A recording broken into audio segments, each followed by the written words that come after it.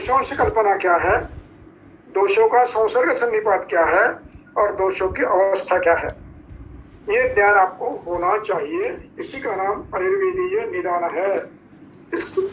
ये लाभ आपको हेतु ज्ञान से होता है।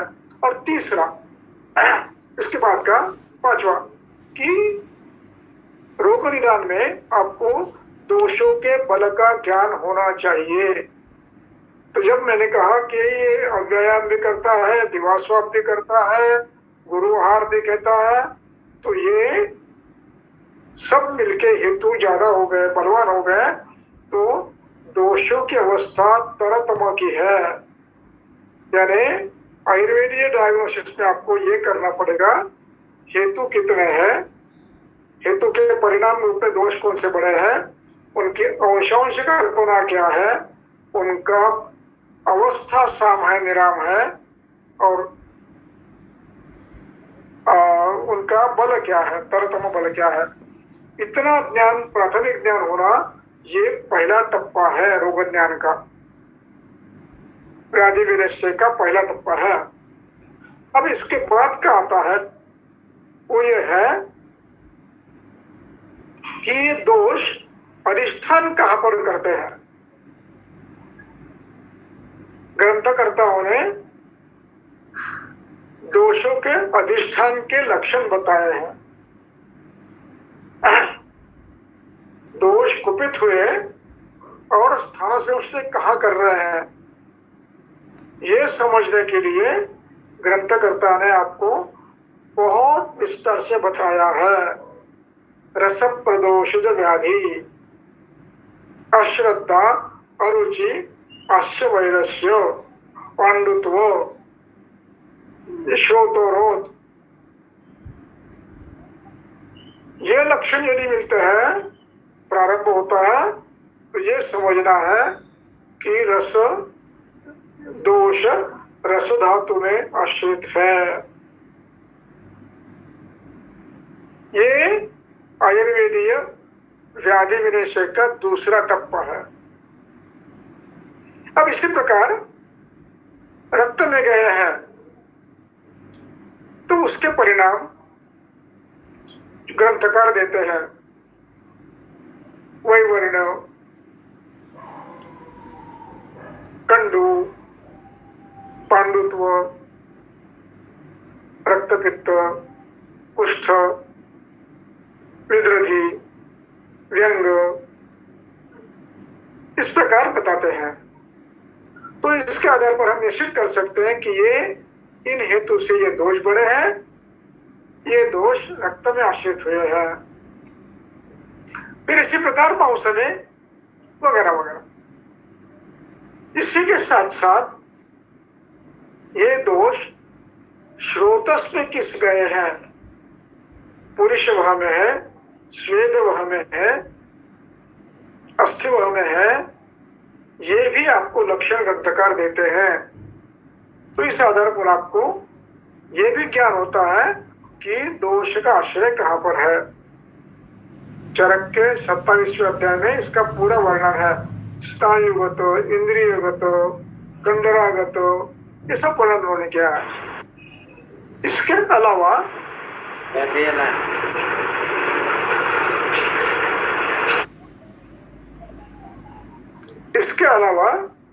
ग्रंथकार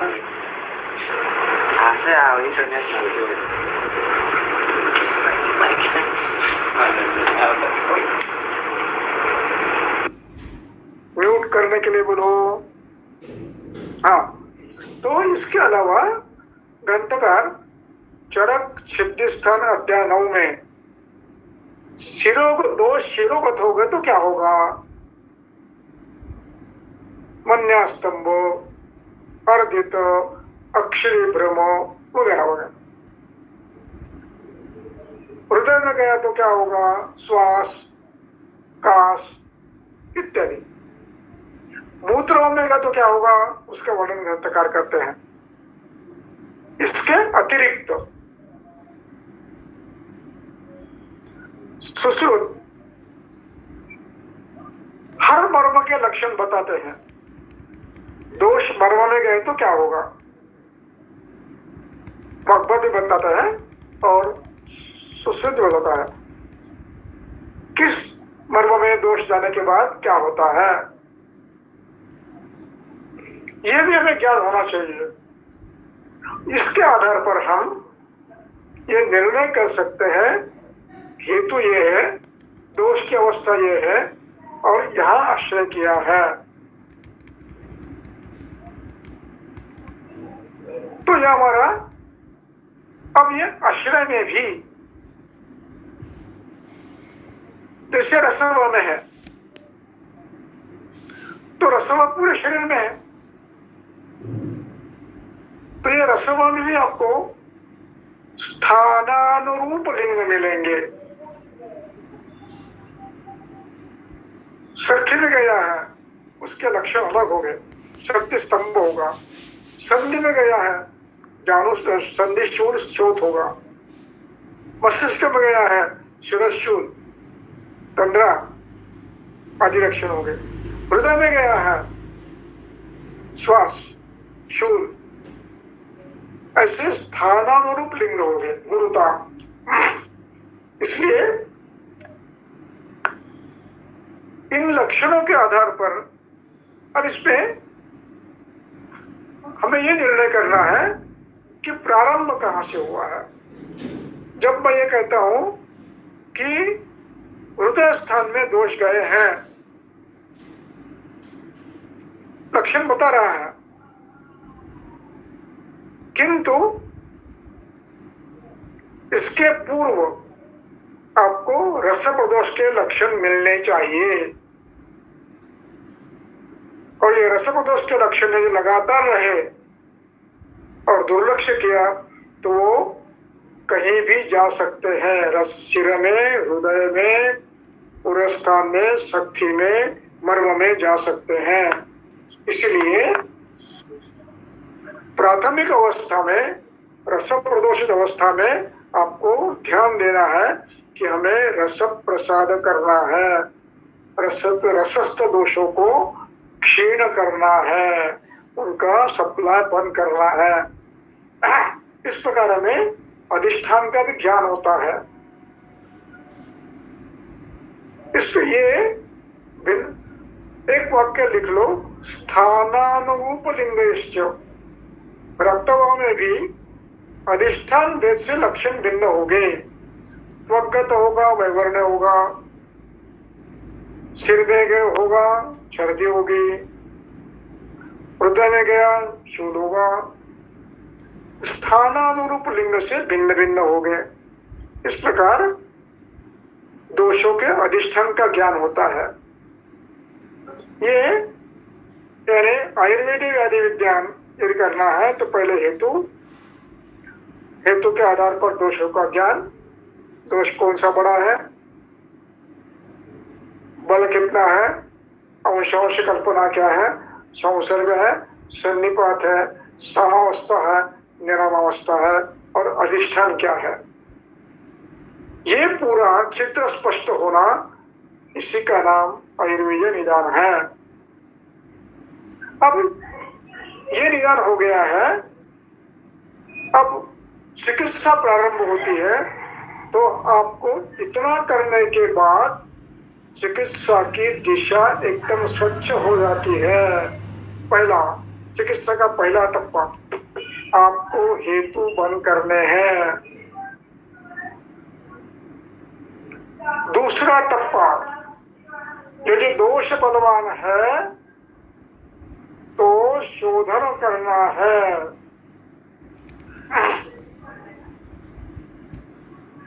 बलवान दोष यदि आप शोधन नहीं करते हैं तो रोगी को दीर्घ काल तक पीड़ित करते हैं। ग्रंथकर्ता कहते हैं कि दुर्बलोपि विरेच्यो बहुशो अल्पशः। दुर्बल व्यक्ति में भी बलवान दोष हो तो उसको थोड़ा थोड़ा करके बार बार शोधन करो, अन्यथा यदि दोषों को नहीं निकाला गया तो वो भिन्न भिन्न व्याधि करके रोगी को आजीवन त्रस्त करते हैं। इसलिए आपको पहला निर्णय आप करेंगे शोधन देना या नहीं देना है। हेतु यदि अल्प है तो शमन कर सकते हो, और हेतु यदि बलवान है तो आपको शोधन का निर्णय करना पड़ेगा, फिर आप शोधन करेंगे। फिर तीसरा टप्पा, अब शमन करना है तो हेतु के गुणों के विपरीत द्रव्यों का चयन करेंगे। जैसे यदि हेतु दही है, वो भी भैंस का दही है, तो गुरु पिच्छिल स्निग्ध अभिष्यंदी महाभिष्यंदी विदाही है, तो आपको द्रव्य का चयन करना पड़ेगा शमन के लिए। कषाय, रूक्ष, शीत, अविदाही, यानी तिक्त और कषाय और मधुर, वो भी कैसे करना पड़ेगा? जो अनभिष्यंदी है, जो लघु है, ज्यादा गुरु नहीं है, इसलिए दही जिनका हेतु बलवान है उनमें द्रव्य चयन करेंगे आप आमलकी, मधु, मुद्ग, शर्करा, घृत। 3 दिन नहीं हुआ आपका। इसका शोधन के बाद आप शमन के लिए इन द्रव्यों का प्रयोग करेंगे। और ये और अन्य समान कषाय में जो संबंध नहीं है ऐसे कषाय का प्रयोग करेंगे। दाढ़िमा, नागरमोथा, गुरुशी, ऐसे द्रव्यों का प्रयोग करेंगे। यानी शोधन हो गया। अब शमन के लिए आप दधि के विपरीत गुणों का चयन करेंगे, द्रव्यों का चयन करेंगे।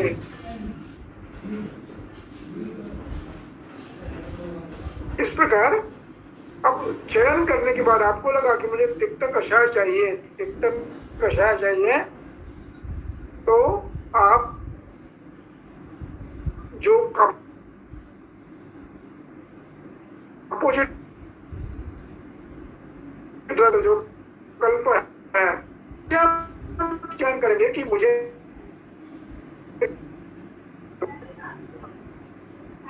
तिक्त रस चाहिए, तो मैं अरबवर्ती लूंगा, सुदर्शन चूर्ण लूंगा।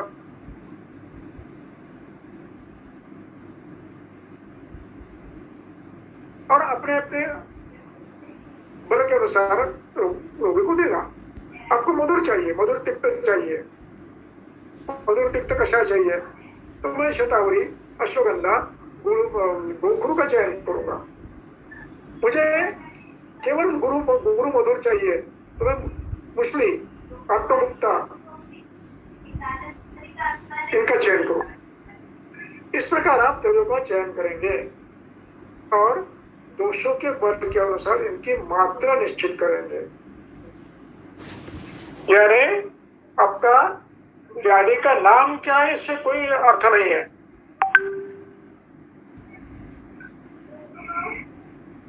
आपको आवश्यकता यह है कि हेतु ज्ञान करें, हेतु के आधार पर दोषों का ज्ञान करें, हेतु के आधार पर अंशांश कल्पना का ज्ञान करें, हेतु के आधार पर दोष बल का ज्ञान करें और हेतु त्याग करें, और चिकित्सा में निर्णय ले शोधन करना है या शमन करना है।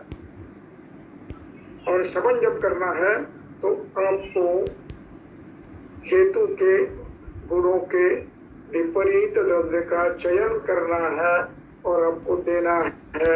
7 दिन में उपशय मिलना ही चाहिए। ये आपका डायग्नोसिस आयुर्वेद है। वात रक्त नाम से डायग्नोसिस नहीं होता है।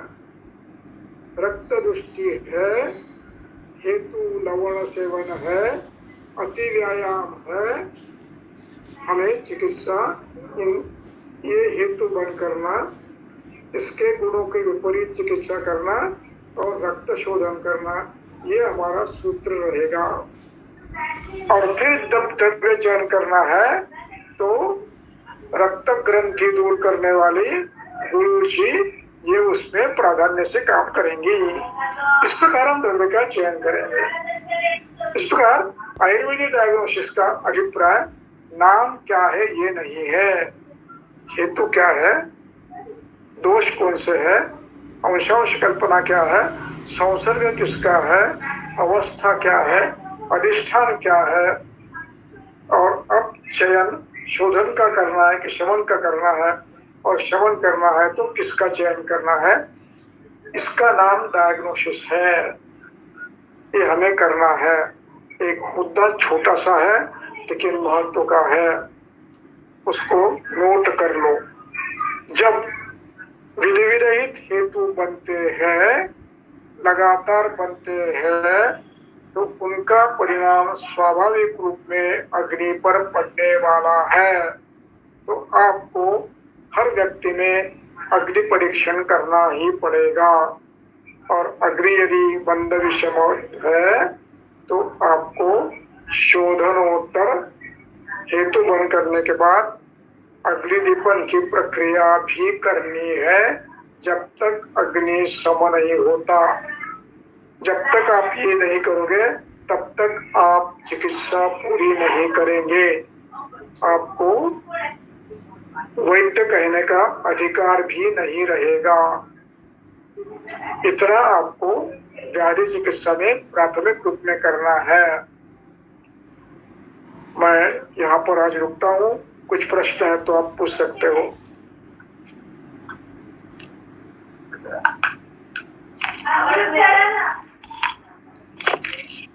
किसी का कोई क्वेश्चन है तो वो पूछ सकता है, प्लीज।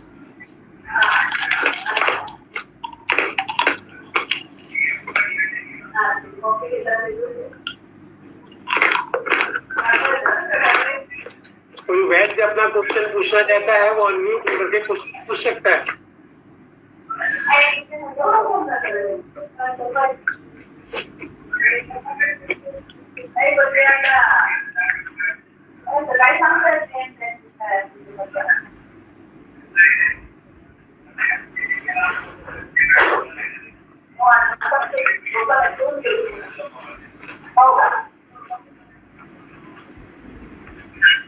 वैद्य को कोई क्वेश्चन पूछना है वो अनम्यूट होकर के क्वेश्चन पूछ सकता है। नमस्कार, प्रणाम सर। प्रणाम। हाँ सर, अभी हम जैसे देखते हैं कि मोस्टली हमारे पास जो रोगी आते हैं ना, उनकी एलोपैथिक की कुछ ना कुछ मेडिसिन चल रही होती है, और मोस्टली वो मेडिसिन डिसकंटिन्यू ना करते हुए हमारी चिकित्सा का प्राय रखते हैं कि हम उनकी चिकित्सा करें। तो ऐसी स्थिति में वो मेडिसिन के भी कुछ ना कुछ नुकसान होते हैं उनके शरीर में, और उसकी वजह से वो भी हेतु होती है सर। उस टाइम हमें कैसे विचार करना चाहिए हेतु विपरीत? हमें उनकी औषधियाँ यदि वो बंद नहीं करते हैं, वैसे हमें उनकी औषधियाँ बंद करने का अधिकार नहीं है। यदि वो बंद करनी है तो उनके चिकित्सक ने कहना चाहिए कि बंद करो। रहा सवाल, यदि आपके पास वो आता है तो आप क्या करेंगे? तो आप उन औषधियों का परिणाम क्या होगा इसको बाद में देखेंगे, उसकी चिकित्सा बाद में देखेंगे। आप पहले अपनी पद्धति से व्याधि विनिश्चय करके औषधियां प्रारंभ करेंगे। हेतु त्याग, शमन, इतना तो आप कर सकते हो। इतना करने से उसको 7 दिन में उपशय मिलना प्रारंभ होता है, और जब ये कम होने लगता है तो स्वयं कहता है कि साथ में वो दवाइयां बंद करता हूं, मुझे फल मिल रहा है।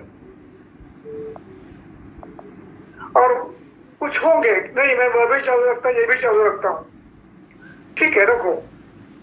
अब उसके जो परिणाम होंगे वो परिणाम उनके डॉक्टर दूर करेंगे। उसका आयुर्वेदिक परिणाम जो होगा, अपने दृष्टि से जो होगा, समझो किसी को उरोदाह हो रहा है तो उसके लिए हम तात्कालिक चिकित्सा उसके साथ में देंगे। किसी को बहुमूत्रता हो रही है तात्कालिक चिकित्सा हम तिक्तरस देंगे।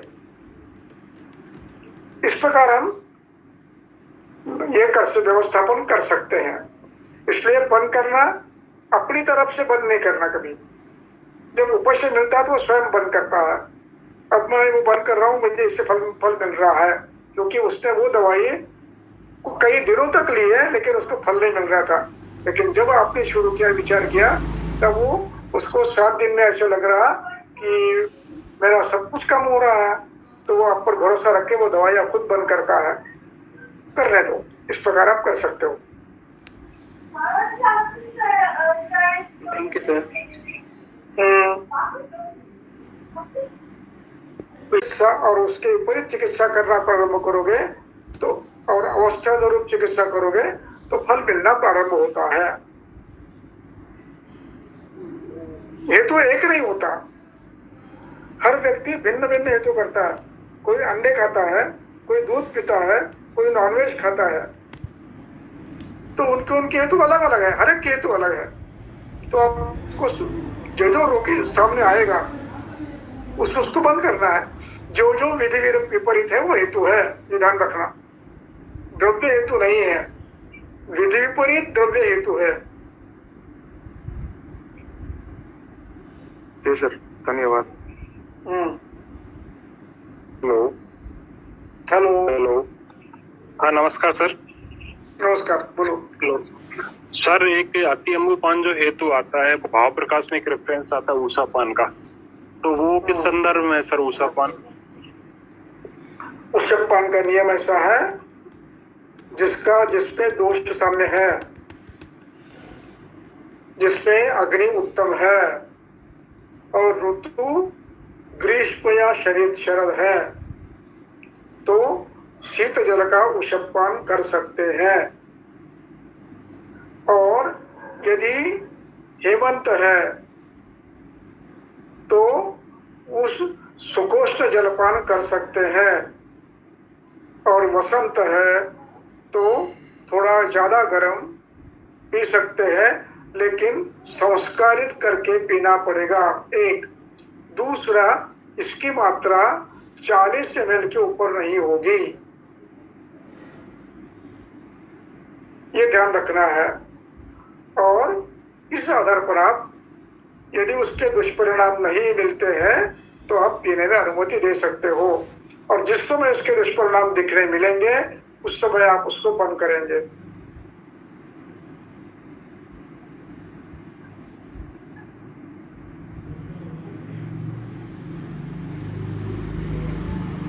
अन्य कोई वैद्य अपना क्वेश्चन पूछना चाहते हैं?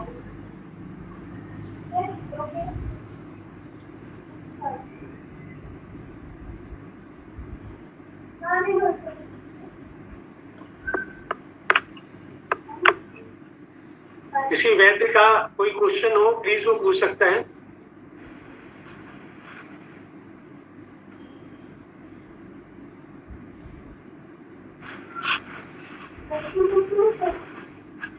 सर ऐसा लग रहा है कि अभी किसी को कोई, हाँ पूछिए प्लीज। हाँ सर, आपने भी एक उदाहरण दिया था रक्त ग्रंथि में जैसे गुडूची देना है, तो थोड़ा कंफ्यूजन, इससे एक बार फिर से थोड़ा एक्सप्लेन करेंगे। गुडूची देना ये महत्व का नहीं है, महत्व का है हेतु निकालना, हेतु बंद करना। नहीं सर, वही है। और सर वही हेतु। हाँ, तो गुडूची जो है शोणित बंधग्न है। गुडूची अग्र संग्रह में श्लेष्म शोणित बंधग्ना, तो ये तिक्त रस के कारण और कषाय रस के कारण ये शोणित का बंध कम करती है, गुठली छोटी छोटी करती है, इसलिए गुडूची देनी है। नाति शीत नाति उष्ण और कषाय और तिक्त होने के कारण वो लेखन है, और ये पाक कटु है, इसलिए श्लक्ष्ण स्निग्ध पिच्छिल इन गुणों का नाश करते हुए गुण का नाश करते हुए रक्त के बंद करते हुए गुरुजी का कर सकते हैं। ऐसे अन्य भी हो तो उसका भी कर सकते हो।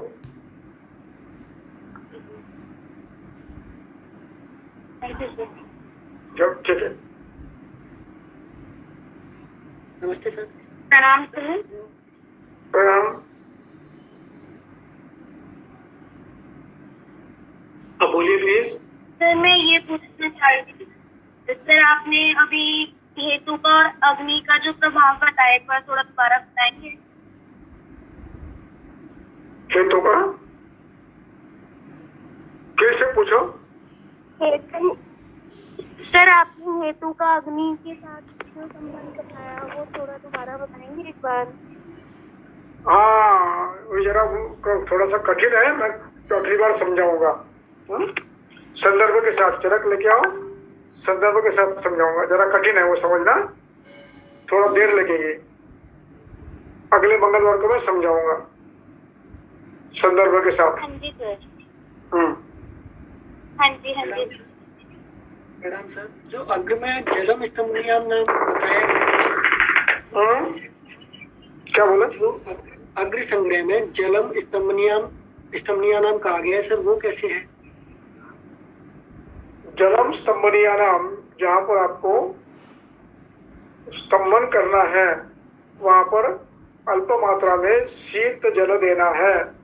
रक्त स्तंभन करना है, शीत रस का परिषेक करना है, नाक में बर्फ का पानी डालना है। सर्दी होती है तो बर्फ का पानी पेट पे दूध मिलाकर डालो, दूध में डाल के डालो। और रक्तस्राव है तो बस्ती भी आप शीत जल का दे सकते हो। इस प्रकार और शीत द्रव्य का प्रयोग भी उसमें कर सकते हो। जैसे जैसे अवस्था वैसे उसका प्रयोग करेंगे, लेकिन शीत से अभिप्राय स्तंभक रूप में हो, यानी इतना ठंडा हो कि वो संकोच कर सके, सामान्य शीत नहीं। तो वो अच्छा शीत होना चाहिए, संस्कारित होना चाहिए, तो वो स्तंभन करता है। धन्यवाद सर। ये अतिसार में स्तंभन नहीं करेगा, अतिसार में नहीं देना है। अतिसार में उष्ण भी नहीं देना है, और जो देना है वो संस्कारित करके देना है स्तंभक द्रव्यों के साथ। जी सर।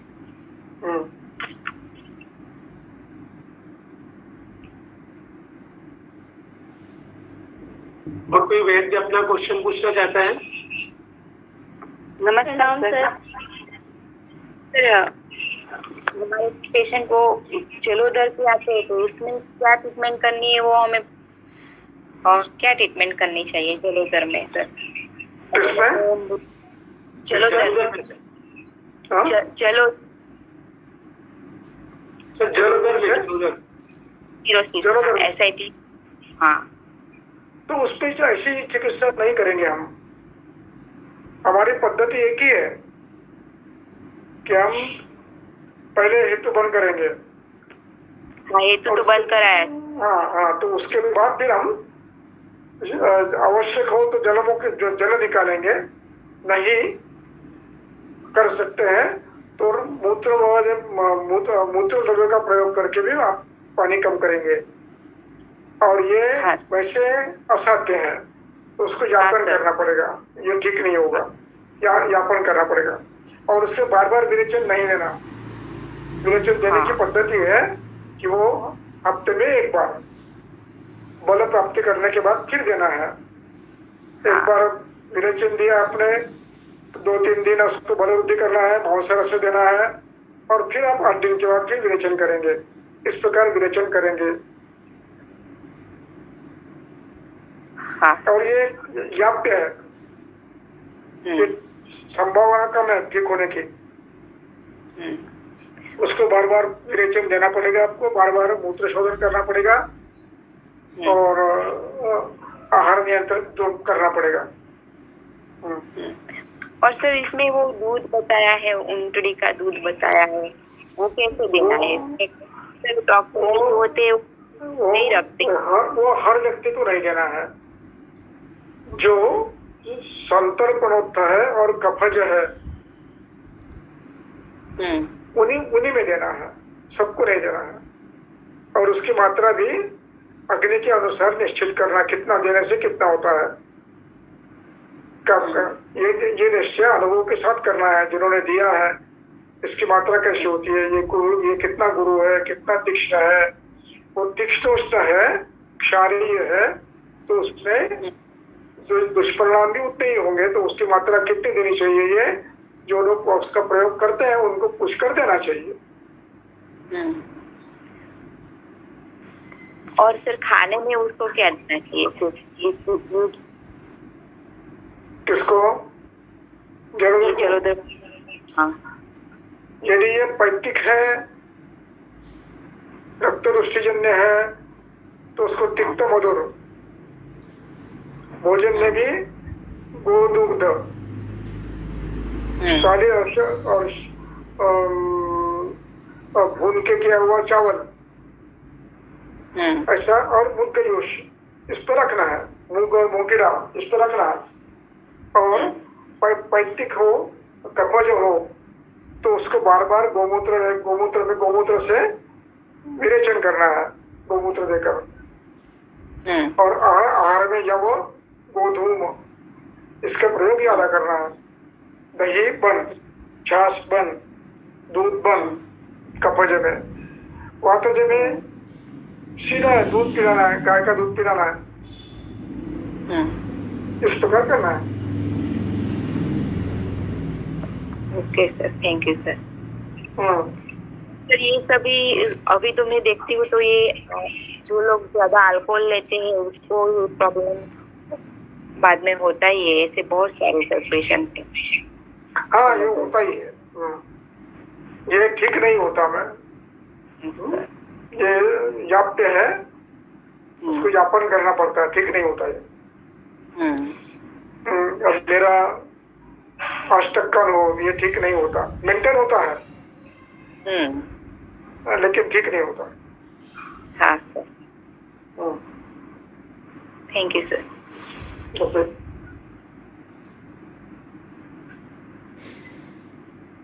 अभी किसी का कोई क्वेश्चन है तो प्लीज जल्दी से पूछ ले, 10:30 हो रहा है। और लास्ट क्वेश्चन कोई क्वेश्चन है पूछ सकते हैं। Yes sir.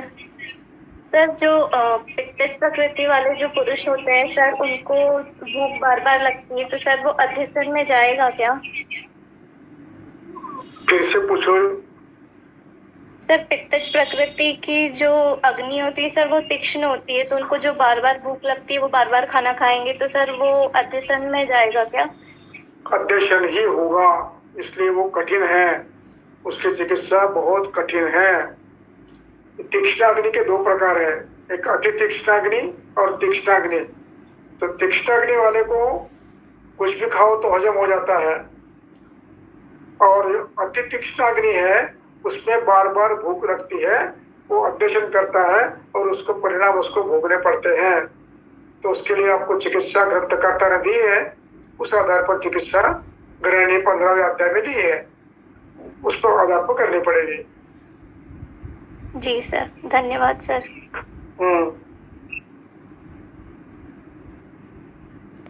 अभी क्वेश्चन बहुत हो गए, और जो भी क्वेश्चन है हमें कल्याण मंत्र पढ़ेंगे। जी।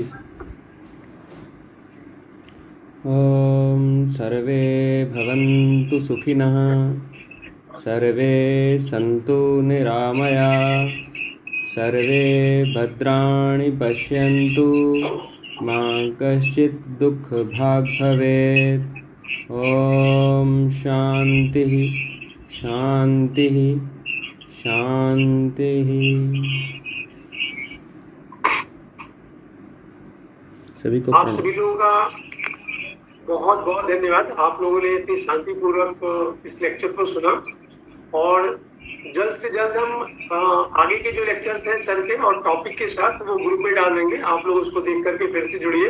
और मेरा सभी वैद्यों से रिक्वेस्ट है कि थोड़ी और भी बच्चे जो भी लोग हमारे इस तरह के पात्रता के हैं उनको बोलिए कि वो इस लेक्चर को सुने और अपने ज्ञान का वर्धन करें। शुभ रात्रि, धन्यवाद। धन्यवाद।